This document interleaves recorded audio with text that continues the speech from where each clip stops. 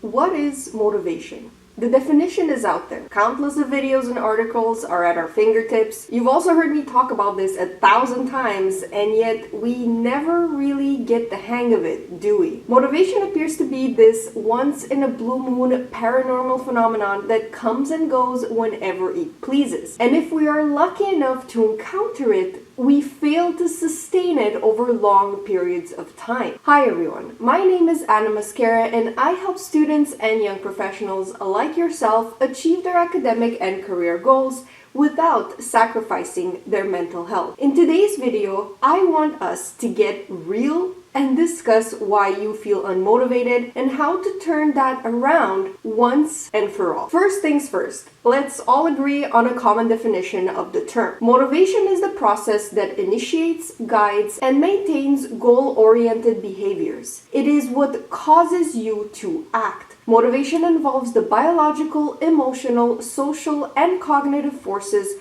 that activate behavior. In everyday usage, the term motivation is frequently used to describe why a person does something. It is the driving force behind human action. Notice that motivation is described as being a process. Now, psychology offers us a number of theories as to what the steps or the forces behind this process are. Incentive theory, arousal theory, drive reduction theory, and the list goes on. We will be actually combining two of them today. So let's begin by outlining the three major components of motivation. Those are activation, persistence, and intensity. And I told you we're about to get real right now, so I want you to take a good, honest look at yourself and identify in the comments below which step of the motivation process do you personally struggle with. Is it initiating motivation, keeping that momentum going, or putting in the effort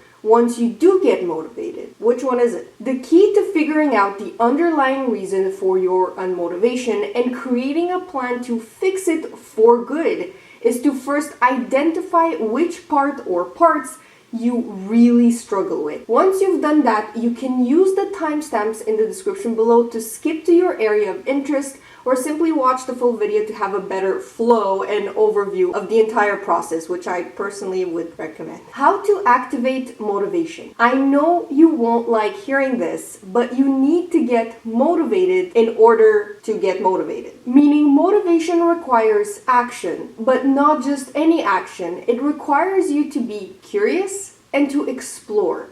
Now, exploration refers to learning new things, venturing into uncharted territories, and creating new dots, meaning experiences and knowledge, to connect ideas and make new links in your brain. Now, exploration is not only key to motivation, but also to getting inspired. In Thomas Frank's course called Productivity for Creatives, Build a System That Brings Out Your Best, inspiration is referred to as a muscle. If you want to learn how to flex it, now's the time to do it. Skillshare is less than $10 a month with an annual subscription, but the first 1,000 people to use the link in my description box below will get a free trial of Skillshare Premium membership and have access to the entire class. If you aren't familiar with Skillshare, who I want to thank for sponsoring this video, it is an online learning community for creatives where millions come together to take the next step in their creative journey. Skillshare offers thousands of inspiring classes for creative and curious people on topics including illustration, design, photography, motivation, productivity,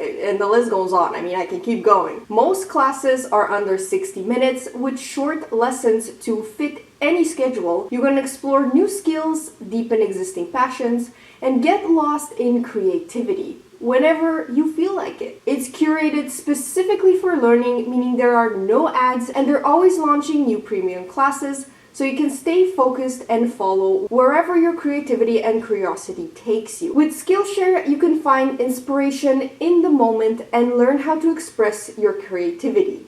You can even experience real-time inspiration as you connect with popular teachers, while watching and working along with other members. So definitely check the description box below. How to stay motivated. So you are successful in getting motivated. Congrats to you. Now the challenge is to stay motivated by creating momentum. To do that, let's look at the incentive theory of motivation that states that there are two types of incentives that drive our actions: positive and negative. Positive incentives refer to rewards or reinforcements provided for the actions, while negative incentives is the exact opposite and are often used more as a plan B if the positive ones don't work. Now, a few things to note about incentives. The value of an incentive can change over time and in different situations.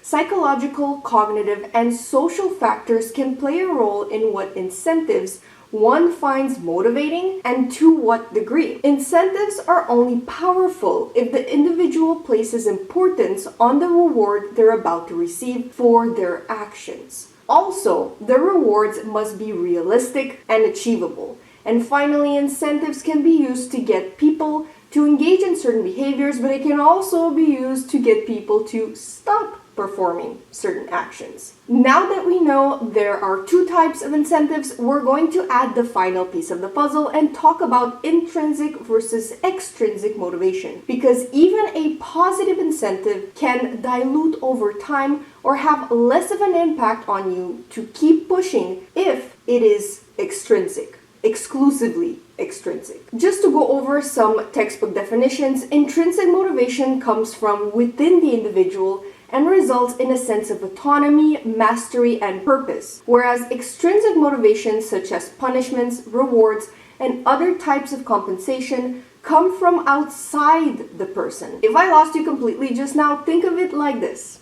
The key to maintaining motivation is to find your why and make it personal. Why are you writing a biology exam? Because you want to know more about the body so that you can make an amazing doctor in the future and save countless lives like the ones of your parents. You can, and it's actually a good thing to add a dash of extrinsic motivation to the mix, like, making a good salary, financial stability, etc., etc. But make it meaningful to you, and it will act as a fuel that keeps on replenishing. How to use motivation the right way. Motivation is a double-edged sword because you might be exceptionally motivated to hustle and be busy all the time, which can lead to burnout if you're not careful.